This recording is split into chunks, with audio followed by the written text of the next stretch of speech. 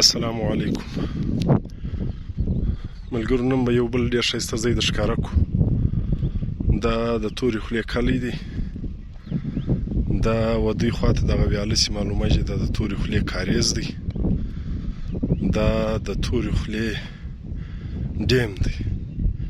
دا ډیم له ماشاءالله ډېر ښې اوبه راغلي دي. نن چې دی نن 21 مارچ 2024 د جمعرات ورځ ده، 10مه روژه ده. دغه د دوی د کاریز ویاله ده. دا له اخوا زه رابهیږي په دغه غره کې د دوی کاریز دی.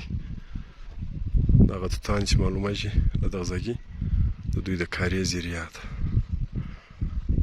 نو ماشاءالله دغه ځای ډېر ښایسته ځای دی. د خلکو دلته چې کومې درختې دي لیاکمه د خلکو ذمه دارۍ دي، هغه یې تر ډېره حده پورې په چوکړ کې دي.